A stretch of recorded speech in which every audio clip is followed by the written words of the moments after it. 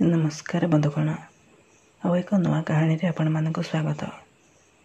आजिर यही कहानीटी आम पाखक पठाई आम दर्शक भाई दिलु जी कि कलाहांडी रे रुहंती।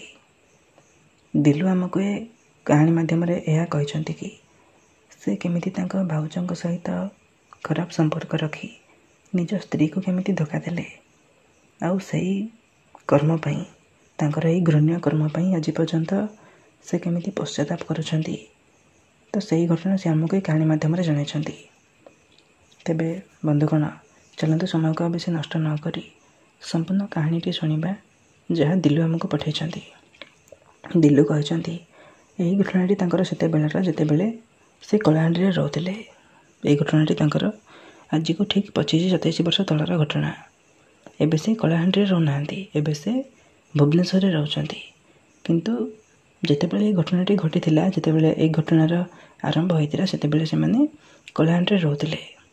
दिलु परिवार कहवाक गले दिलु तांको बड़ भाई तांको बापा माँ बापा टेलरिंग काम करती सिलाई मेसीन रे से लोकंर ड्रेस सिलाई करती कपड़ा आनी ड्रेस तैयारी करी बिकती। तो एमती से गोटे पेशा थिला। तो से कलाहांडी रोते भिटामाटी भी कलाहांडी माने तांको बापा कलाहांडी जन्मग्रहण करथिले आउ सही कलाहांडी रे ही तांको दुई पुअंकर जन्म। दिलु थिले सान आउ तांको बड़ भाई। से समय तांको बड़ भाई कोनोसी कामदाम करि नथिले। सेते बेले को तांको बयस पाखापाखि 30 वर्ष पाखापाखि होई जाइतिला किंतु सेते पर्यंत मध्य से सठिक ढंग रे कोनोसी कामदाम करि नथिले। से गोटे प्रथमे गोटे पान दुकान देथिले किछि दिन रहया परे ताकू बंद कर देथिले। या परे से गोटे जलखिया दुकान देथिले ता मध्य किछि दिन से करिबा परे ताकू बंद कर देथिले। एमिति से निज बापांको दुकान रे बापांको साहाय्य करुथिले। तो एमिति रे सान भाई माने दिलु जी सी खाली बुलाबुली करुथिले। 10मा परे से दुई भाई आ पाठ पढ़ी नथिले केवल से माने 10मा पर्यंत पाठ पढ़िथिले। या परे से माने कोनोसी पाठ पढ़ी नथिले। बापांको बड़ भाई बापांको पाखरे हाथ पटौथिले बापांको बिजनेस रे से साहाय्य करुथिले आ सान भाई बुलाबुली से समय करुथिले। सेही समय रे दिलु तांको घर पाखरे एक झियो सह तांकर देखा होइतिला। से झियोटी दिलुंको ठाରୁ मात्र 2 वर्ष सान थिले। तो एमिति रे से तांको पसंद करी बसिथिले माने बहुत दिन आगुरु से तांको पसंद करी बसिथिले किंतु सेही समय रे गोटे दिन पार्क रे देखा हेबा कारणरू दिलु तांको से जो झियोंको सहित अधिक समय बिताइथिले आ तांको निजर मन कथा कहि दैथिले। तांको सहित कथा होई तांको निजर भल पाइबा तांको आगे प्रकाश करि दैथिले। सही दिन ठारू से झियो मध्ये दिलुंको कथा राजी हो जाइथिले। एहा परे दुई प्रेमी जुगल आगु को धीरे धीरे बढ़ी चलिले। सबु लोकंक नजर ठारू बहुत दूर रे से दुहे लुचि छपिकी प्रेम करने को लगिले। लुचा छपिकी प्रेम से धीरे धीरे तांकर एते खतरनाक साबित हम बोले से माने केबे विश्वास भी करि नथिले। तो एमती से माने धीरे धीरे सब बेले कथा हेबा को लगिले। आउ से समय रे आज्ञा फोन नथिला से माने केते केबे केबे कोठी डाकी हाकी कि देखा करिके से माने कथा हुआंती। जेहेतु आपण मानक कहले कि दिलुंको घर पाखरे तांको घर पाखरे माने आज्ञा तांको घर को लागि कि नथिला। तांको घर ठारे पाखापाखि 100 मीटर दूर भितरे तांको घर थिला।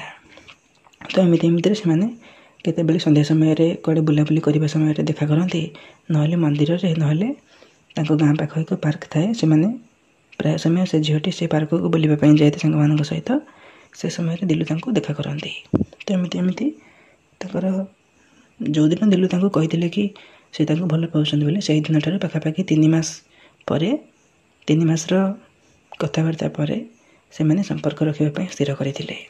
एहा परठू तांको जोठी भी गोटे सुनसान जगह मिलिथिला दिलु गोटे सुनसान जगह बाछिथिले जोठी को केही लोक एते जिबा आसिबा करनथिले।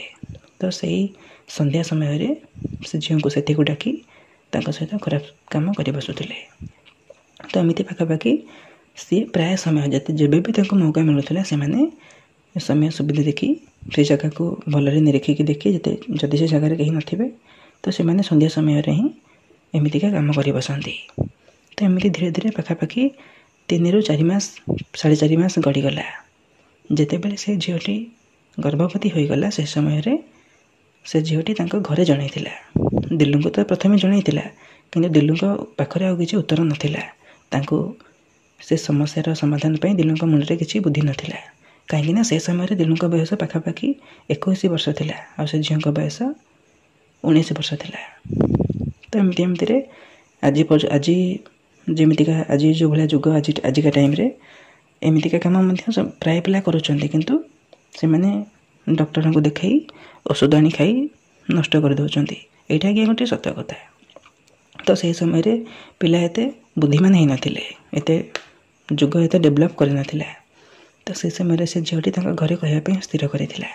से प्रथम निज माँ को कही माँ जाकि बापा को एक कथा जनईले।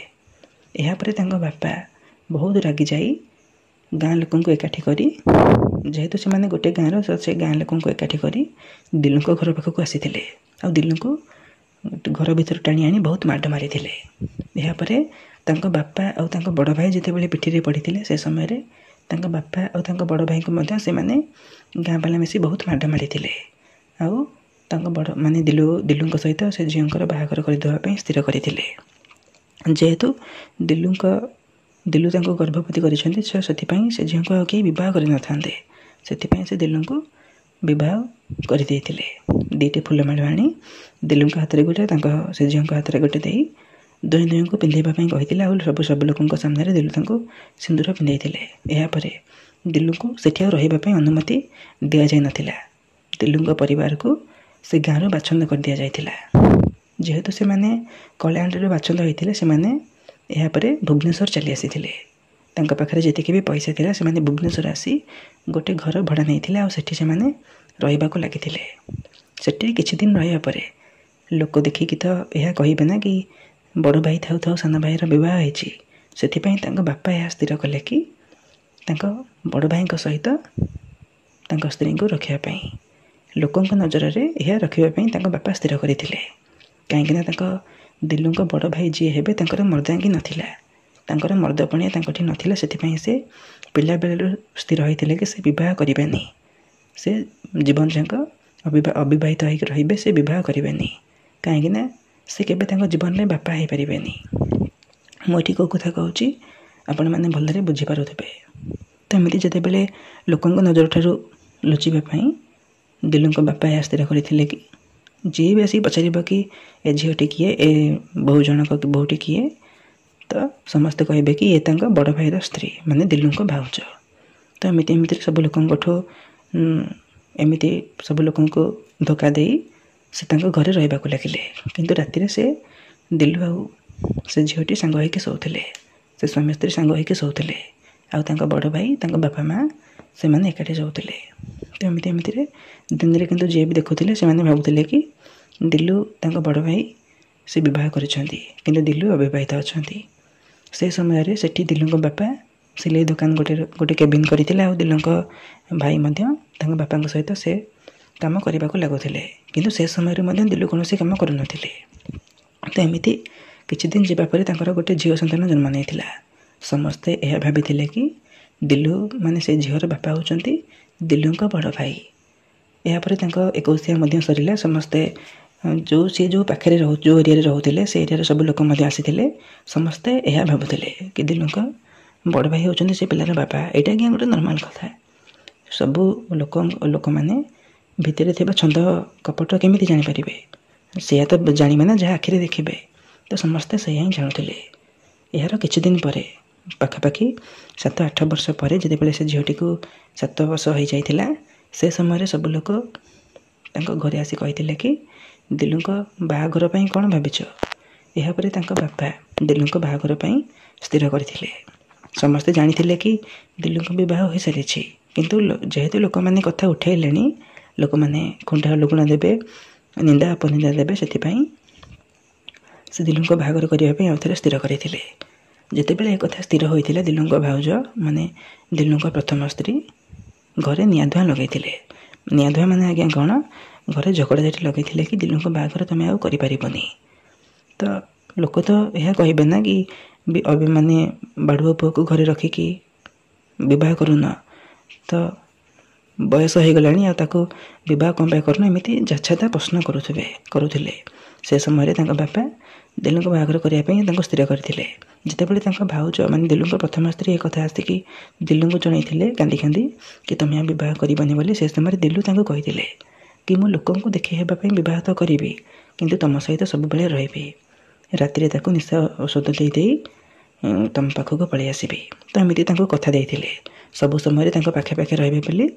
ତାଙ୍କୁ ଯେମିତି ପୂର୍ବରୁ ତାଙ୍କୁ ରଖିଥିଲେ ତ ସେମିତି ରଖିବେ ବୋଲି ଦିଲୁ ତାଙ୍କୁ କଥା ଦେଇଥିଲେ। ଏହାପରେ ସେ ମଧ୍ୟ ରାଜି ହୋଇଯାଇଥିଲେ। ଦିଲୁଙ୍କ ଦ୍ୱିତୀୟ ବାହାଘର ପାଇଁ ସେ ରାଜି ହୋଇଯାଇଥିଲେ। ତ ଏମିତିରେ ଦିଲୁଙ୍କ ପାଇଁ ଗୋଟେ ଭଲ ଝିଅ ଖୋଜା ହେଲା। ସେ ଝିଅଟିର ପରିବାର କହିବାକୁ ଗଲେ ସେ ଝିଅ, ତା ସାନ ଭାଇ, ତାଙ୍କ ବାପା ମା' ଗରିବ ଶ୍ରେଣୀର ଲୋକ ସେମାନେ ଥିଲେ। ତ ସେଥିପାଇଁ ସେ ସମୟରେ ଦିଲୁ ଗୋଟେ ଦୋକାନ ମଧ୍ୟ ଦେଇସାରିଥିଲେ। ତାଙ୍କର ଗୋଟେ ତେଜରାତି ଦୋକାନ ସେ ଦେଇସାରିଥିଲେ। ଏହାପରେ ତାଙ୍କ ଦୋକାନ ଦେଖିକି ସେମାନେ ଦିଲୁଙ୍କୁ ତାଙ୍କ ଝିଅ ସହିତ ବିବାହ କରିଦେଇଥିଲେ। ବିବାହର ପରେ ସେମାନେ ସେ ଘର ଛାଡ଼ି ଆଉ ଗୋଟେ ଘର ନେଇଯାଇଥିଲେ। କାହିଁକିନା ସେ ଘର ବହୁତ ଛୋଟ ଥିଲା, ଗୋଟିଏ ରୁମ୍ ଥିଲା ଆଉ ଗୋଟିଏ ଡାଇନିଂ ଥିଲା। ତ ଯେହେତୁ ଦିଲୁଙ୍କର ଏବେ 2ଟି ସ୍ତ୍ରୀ, ମାନେ ସେ ସମସ୍ତେ ଜାଣିବାର କଥା କି ଦିଲୁଙ୍କ ଭାଇ ବିବାହିତ ଆଉ ଦିଲୁ ମଧ୍ୟ ଏବେ ବିବାହିତ। ଦିଲୁଙ୍କ ଭାଇ ଆଉ ତାଙ୍କ ଭାଉଜ, ଦିଲୁ ଆଉ ତାଙ୍କ ସ୍ତ୍ରୀ ଆଉ ତାଙ୍କ ବାପା ମା'। ତ ସେଥିପାଇଁ ସେମାନେ ଆଉ ଗୋଟେ ଘର ଭଡ଼ା ନେଇଥିଲେ। ଯେଉଁଠି ସେମାନେ ରହୁଥିଲେ ସେଇ ପାଖ ଏରିଆରେ ଆଉ ଗୋଟେ ଘର ସେମାନେ ଭଡ଼ା ନେଇଥିଲେ। ସେ ଘର ଦେଖିବାକୁ ଗଲେ 2ଟି ରୁମ୍ ଆଉ ଗୋଟିଏ ଡାଇନିଂରେ ରହୁଥିଲେ ତାଙ୍କ ବାପା ମା'। ଗୋଟିଏ ରୁମ୍ରେ ରହୁଥିଲେ ତାଙ୍କ ବଡ଼ ଭାଇ ଭାଉଜ, ଆଉ ଗୋଟିଏ ରୁମ୍ରେ ରହୁଥିଲେ ଦିଲୁ ଆଉ ତାଙ୍କ ସ୍ତ୍ରୀ। ତ ଏମିତିରେ କେବଳ ଦିଲୁ ତାଙ୍କ ସ୍ତ୍ରୀଙ୍କୁ ଛାଡ଼ିଦେଇ ସତ କଥା କ'ଣ ବାକି ସମସ୍ତେ ଜାଣିଥିଲେ। ଦିଲୁଙ୍କ ଯେଉଁ ଝିଅଟି ଥିଲା ସେ ତାଙ୍କ ଜେଜେମା ଜେଜେବାପାଙ୍କ ପାଖରେ ଶୋଉଥିଲା। ତ ଏମିତିରେ ଯେତେବେଳେ ବାହାଘରର କିଛି ଦିନ ଗଲା, ପାଖାପାଖି 15 ଦିନ 17 ଦିନ ଯିବା ପରେ ଦିଲୁ ଯେଉଁ କଥା ତାଙ୍କ ପ୍ରଥମ ସ୍ତ୍ରୀଙ୍କୁ କଥା ଦେଇଥିଲେ, ମାନେ ତାଙ୍କ ଲୋକ ଦେଖାଣିଆ ତାଙ୍କ ଭାଉଜଙ୍କୁ ଯେଉଁ କଥା ଦେଇଥିଲେ ସେ କଥା ସେ କରିବାକୁ ଲାଗିଲେ। ତାଙ୍କ ସ୍ତ୍ରୀଙ୍କୁ ରାତିର ଖାଇବାରେ ନିଶା ଔଷଧ ଦେଇ ତାଙ୍କୁ ଶୋଇ ଦେଉଥିଲେ। ଆଉ ରାତିରେ ଉଠିକି ସେ ନିଜ ସ୍ତ୍ରୀଙ୍କ ପାଖକୁ ଆସିଯାଉଥିଲେ, ନିଜ ପ୍ରଥମ ସ୍ତ୍ରୀଙ୍କ ପାଖକୁ ଆସିଯାଉଥିଲେ। ସେ ସମୟରେ ତ ତାଙ୍କ ଭାଇ ତାଙ୍କ ପାଖରେ ଶୋଇଥିଲେ। ଯେହେତୁ ମୁଁ ଆପଣମାନଙ୍କୁ କହିଲି କି 2ଟା ରୁମ୍ ଥିଲା ଆଉ ତାଙ୍କ ଭାଇ ତାଙ୍କ ସ୍ତ୍ରୀଙ୍କ ପାଖରେ ଶୋଇଥିଲେ, ଦିଲୁଙ୍କ ପ୍ରଥମ ସ୍ତ୍ରୀଙ୍କ ପାଖରେ ଶୋଇଥିଲେ। ଯେତେବେଳେ ଦିଲୁ ରାତିରେ ଆସୁଥିଲେ ତାଙ୍କ ଭାଇ ଡାଇନିଂକୁ ପଳେଇ ଆସୁଥିଲେ। ଏହାପରେ ଦିଲୁ ତାଙ୍କ ପ୍ରଥମ ସ୍ତ୍ରୀଙ୍କ ସହିତ ରାତି ବିତାଉଥିଲେ ଆଉ ସକାଳ ହେବା ପୂର୍ବରୁ ସେ ପୁଣି ତାଙ୍କ ଦ୍ୱିତୀୟ ସ୍ତ୍ରୀଙ୍କ ପାଖକୁ ଚାଲି ଯାଉଥିଲେ। ତ ଏମିତି କିଛି ଦିନ ବିତିଗଲା। ଯେତେବେଳେ ବାହାଘରର ବର୍ଷେ ପାଖାପାଖି ହେଇଗଲା, ସେ ସମୟରେ ଯେତେବେଳେ ବାହାଘରର 7-8 ମାସ ହେଇଗଲା, ସେ ସମୟରେ ଦିଲୁଙ୍କର ଦ୍ୱିତୀୟ ପତ୍ନୀ ଯିଏ ତାଙ୍କର ସେ ଗର୍ଭବତୀ ହୋଇଯାଇଥିଲେ। ଏପଟେ ଯେତେବେଳେ ଦିଲୁଙ୍କ ପ୍ରଥମ ସ୍ତ୍ରୀ ଯେତେବେଳେ ଜାଣିବାକୁ ପାଇଲେ କି ସେ ଗର୍ଭବତୀ ଅଛନ୍ତି ବୋଲି, ସିଏ କୌଣସି ନା କୌଣସି ଔଷଧ ଆଣି ତାଙ୍କୁ ଖୋଇ ତାଙ୍କ ଗର୍ଭ ନଷ୍ଟ କରିଦେଇଥିଲେ। ଦିଲୁ ଯେତେବେଳେ ଏକଥା ଜାଣିବାକୁ ପାଇଲେ ମଧ୍ୟ ତାଙ୍କର ମନରେ କୌଣସି ରାଗ ନଥିଲା, କାହିଁକିନା ସେ ତାଙ୍କ ପ୍ରଥମ ସ୍ତ୍ରୀଙ୍କୁ ହିଁ ଅଧିକ ଭଲ ପାଉଥିଲେ। ସେ ଆଉ କାହାକୁ ଏତେ ଭଲ ନ ପାଇ ତାଙ୍କ ପ୍ରଥମ ସ୍ତ୍ରୀଙ୍କୁ ହିଁ ଭଲ ପାଉଥିଲେ। ଏହାପରେ ସେ ତାଙ୍କ ପ୍ରଥମ ସ୍ତ୍ରୀଙ୍କୁ ଆଉ ଗୋଟିଏ ପୁଅ ଦେଇଥିଲେ। ତାଙ୍କର ଆଉ ଗୋଟିଏ ପୁଅ ଜନ୍ମଗ୍ରହଣ କରିଥିଲେ। ତାଙ୍କର ଗୋଟିଏ ପୁଅ ହେବା ପରେ ପାଖାପାଖି ସେ ପୁଅକୁ 1.5 ବର୍ଷ ବିତି ସାରିବା ପରେ ତାଙ୍କ ଦ୍ୱିତୀୟ ପତ୍ନୀଙ୍କର ଏକ ସନ୍ତାନ ଜନ୍ମ ହୋଇଥିଲା। ତାଙ୍କର ମଧ୍ୟ ଏକ ପୁଅ ସନ୍ତାନ ଜନ୍ମ ହୋଇଥିଲା। ତ ଏମିତିରେ ସେମିତି ଦିଲୁ ଯେମିତି ସମ୍ପର୍କ ରଖୁଥିଲେ ତାଙ୍କ ପ୍ରଥମ ସ୍ତ୍ରୀଙ୍କ ସହିତ ଆଉ ତାଙ୍କ ଦ୍ୱିତୀୟ ସ୍ତ୍ରୀଙ୍କ ସହିତ ଯେମିତି ସମ୍ପର୍କ ରଖୁଥିଲେ, ସେମିତି ସେମାନେ ସବୁଦିନ ସେମିତି ସମ୍ପର୍କ ରଖୁଥିଲେ। ତ ଏମିତି ପାଖାପାଖି ଚୋର ସମ୍ପର୍କ ଏମିତି ଚାଲିଥିଲା, ସବୁବେଳେ ଏମିତି ଚାଲିଥିଲା। ଯେତେବେଳେ ସେ ପିଲାମାନେ ବଡ଼ ହେଲେ, ଯେତେବେଳେ ପାଖାପାଖି ସେ ଝିଅଟିକୁ ଯେତେବେଳେ 21-22 ବର୍ଷ ଯେତେବେଳେ ହେଲା, ସିଏ ପାଠ ପଢ଼ୁଥିବା ସମୟରେ ଗୋଟେ ଟୋକାକୁ, ଗୋଟେ ପୁଅ ପିଲାକୁ ଭଲ ପାଇ ସେ ତା ସହିତ କଲେଜରୁ ହିଁ ଫେରାର ହୋଇଗଲା। କଲେଜରୁ ହିଁ ସେ ପୁଅର ହାତ ଧରି ତାଙ୍କ ଘରକୁ ଚାଲିଗଲା। ତ ଯେତେବେଳେ ସବୁ ଲୋକ ନିନ୍ଦା ଅପନିନ୍ଦା ଦେବାକୁ ଲାଗିଲେ କି ତମ ଝିଅ ଏମିତିକା କାମ କଲା, ତମ ଝିଅ ଗୋଟେ ଅଜାତିର ଗୋଟେ ପୁଅ ସହିତ ଭାଗିକି ପଳେଇଲା, ତ ଆଙ୍କ ମୁହଁରେ ସବୁ ଛି ଛାକର କଲେ। ଏଇଟା ତ ଗୋଟେ ନର୍ମାଲ କଥା କି ଏମିତି ତ ବହୁତ ଜାଗାରେ ହେଉଛି, କିନ୍ତୁ ଯେଉଁଠି ହେଉଛି ତାଙ୍କ ବାପା ମାଆଙ୍କୁ, ତାଙ୍କ ଭାଇକୁ ଏମିତିକା ଲୋକଙ୍କ କଥାକୁ ସାମ୍ନା କରିବାକୁ ପଡ଼େ। ଏଇଟା ଆପଣମାନେ ଭଲ ଭାବରେ ଜାଣିଥିବେ। ତ ସେ ସମୟରେ ଦିଲୁଙ୍କୁ ଏସବୁ ଶୁଣିବାକୁ ପଡ଼ିଲା। କିନ୍ତୁ ଲୋକଙ୍କ ନଜରରେ ତ ସେ ଦିଲୁଙ୍କ बड़ भाई झील किंतु दिलु जानी कि यहाँ झील बोली। तो से समय भाउज को दिलु को बहुत बाधी थिला। जितेबले बहुत बाधी थिला से समय दिलु पश्चाताप करने को लगिले कि जो भूल से करथिले, जो कर्मफल जो घृण्य काम से करथिले तो सी एबे सही कर्मफल दंड भोगुचंती। तांको झील फेरार हेलानी जे तांको मुहरे चूनकाली बोली देगला, तांको भूल को तांको धरई दे गला। अवश्य एक कथा आज पर्यंत कहीं जानी नाहांती, एक कथा तांको मन रे ही अछि। किंतु जितेबले तांको झील फेरार हो गला सेतेबले से निजर भूल को बुझी पारले कि तांको झील एथरे कोनोसी भूल नाही, काहेकि ना ए भूल प्रथमरु दिलु करी बसिथिले। जेहेतु सी तांको झील तो से आसीबो कोठु, तो सेथिपई से आज पर्यंत पश्चाताप करुचंती कि से एमितिका भूल काम काहेकि करुथिले। भाउज को जदि गोटे झील को सहित एमितिका खराब संपर्क रखी ताको विवाह करने को पड़ला तो ताको निज भाई पाखरे रखिदे आउ गोटे झील जीवन कहीं नष्ट करुथिले। जदि आ गोटे झील जीवन नष्ट कले ताले ताको तो छाड़ी दे थांते। जदि ता सहित संपर्क माने रखे ता सहित सारा जीवन रही पारथिला तो प्रथम स्त्री को तांको भाई पाखरे छाड़ी दे थांते जेमती लोक जानिथिले। किंतु ताहा से न करी पुणी तांको सहित संपर्क रखिबा को लागिले। दुई जन को एकाठी रखा से लगिले, दुई नारे गोड़ देले। तो जन को तो धोखा दी आउ जन सहित एमती काम कले ना, तो से धोकार दंड एबे से निजे भोगुचंती। सेतिपई से कहानी हमको शेयर करी या कहचंती कि ए कहानी समस्त को सुनाओ, जदि कहीं एमतीका भूल काम करुथिबे तो से सुधुरी जातु। कहीं दिलु कहचंती कि आमे जेमिति गछ लगेइबा सेमिति फल पाइबा। तो दिलु जो भूल काम दिलु करथिले तो से एबे सही कर्मर दंड भोगुचंती। तेबे बंधुगण आपण मानकर मतामत ये कहानी को सुनला परे कौन मत कमेंट कर निश्चय जनइबे। एठी प्रथम भूल कहार थिला, दिलुंकर थिला, तांको बड़ भाईंकर थिला, तांको बापांकर थिला ना से झींकर थिला, जे कि दिलुंक सहित संपर्क रखी गाँव बाछंद होइथिले आ दिलुंक विवाह करथिले। आपण मानकर मतामत मत कमेंट करी कमेंट बॉक्स रे निश्चय जनइबे। तेबे बंधुगण एठी आपण मानक आ गोटे कथा कहि रखियो चाहिबे कि जदि को पुआ को झील को भल पाउचंदी तो दयाकोरी विवाह पूर्व सहित एमितिका संपर्क रखंतु नहीं। मोर आपण मानक ये गोटे रिक्वेस्ट, निज निजक आयत्तर रखंतु, तांको सहित कथा हुंतु, तांको सहित बुलाबुली करंतु, किछि कथा नहीं। किंतु तांको सहित कोनोसी खराब संपर्क रखी बसंतु नहीं, तांको सहित कोनोसी पाप संपर्क रे बांधी हे जानतु नहीं। काहेकि ना आगो को जे यह कौ मड नब ताहा कहीं जानी नाहांती। तो विवाह पर ही ये सब संभव हेले भल।